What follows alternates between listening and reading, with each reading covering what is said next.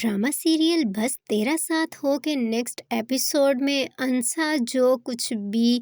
अंश के घर वालों को उसके साथ करते हुए देखती है उसका तो खून के रिश्तों पर से एतबार ही उठ जाता है। हम सबको यही लगता है कि जो खून के रिश्ते होते हैं वो हम लोगों को बिल्कुल भी तकलीफ़ में नहीं देख सकते, लेकिन अंश के चचा ने इस बात को गलत साबित कर दिया है। अंबर को इस बात का बहुत अच्छे से पता है कि अगर अंसा अंश की ज़िंदगी से निकल गई तो ये लोग अंश के साथ क्या सलूक करेंगे, इसीलिए वो अंसा को यहाँ पर रुकने का कह देती है। दूसरी तरफ बात की जाए मुरसलीन की, तो जब वो अंश से बड़े प्यार के साथ ये बात करता है कि जो घर के कागजात हैं मैं वो लेकर आया हूँ, तुम इन पर दस्तखत करो ताकि ये प्रॉपर्टी भी मेरे नाम हो जाए, क्योंकि उसे बिल्कुल भी इस बात का अंदाज़ा तक नहीं होता कि अंश ने वो सब कुछ अंसा के नाम पर कर दिया है। लेकिन जब प्यार से भी बात नहीं बनती और अंश अपना मुंह खोलता है कि उसने हक महर में वो सारा कुछ अंसा के नाम कर दिया था, तो मुरसलीन गुस्से से पागल हो जाता है। उसे तो ऐसे लगता है कि उसके हाथ से हर चीज़ निकलती हुई जा रही है।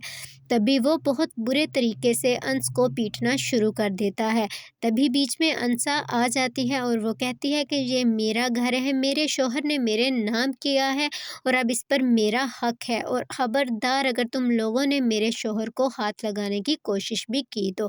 मुरसलीन उससे भी बदतमीज़ी करने की कोशिश करता है, लेकिन अंसा उन्हें अच्छी खासी बातें सुना देती है। दूसरी तरफ बात की जाए शाज़िया की, तो वो भी अंसा से कह देती है कि ये सब कुछ तुम्हारी वजह से ही है और तुम्हें इस घर से निकलना होगा, जबकि अंबर जानती है कि अंसा ही इन लोगों को ठीक करने वाली है। शेरी और शाज़िया के कस्बल वो ही निकालेगी। दूसरी तरफ जब अंसा अंश को लेकर कमरे में जाती है और उसे कहती है कि मुझे यकीन नहीं होता कि खून के रिश्ते इस कदर इस हद तक भी जा सकते हैं,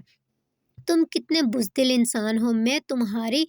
सिक्योरिटी के लिए यहाँ पर बिल्कुल भी नहीं हूँ, तुम्हें मेरी परवाह करनी चाहिए, ना कि मैं तुम्हें इन जैसे लोगों से बचाती फिरूँ। लेकिन यहाँ पर तो मुझे सब कुछ उल्टा होता नज़र आ रहा है। लेकिन वहीं पर उसके दादा जान ये तमाम बातें सुन लेते हैं और वो अंसा को बुलाकर ये बात कहते हैं कि अंश शुरू दिन से ही ऐसा है, माँ बाप ना होने की वजह से इन सब ने उसके साथ बहुत ही बुरा सलूक किया है और वो हमेशा से ही इन लोगों के सामने चुप रहता आया है। लेकिन अब तुम इसकी ज़िंदगी में आ चुकी हो तो मुझे इस बात पर पूरा यकीन है कि तुम उसको उसका हक दिलाने की पूरी कोशिश करोगी और इन लोगों को कैफ़रे किरदार तक ज़रूर पहुँचाओगी।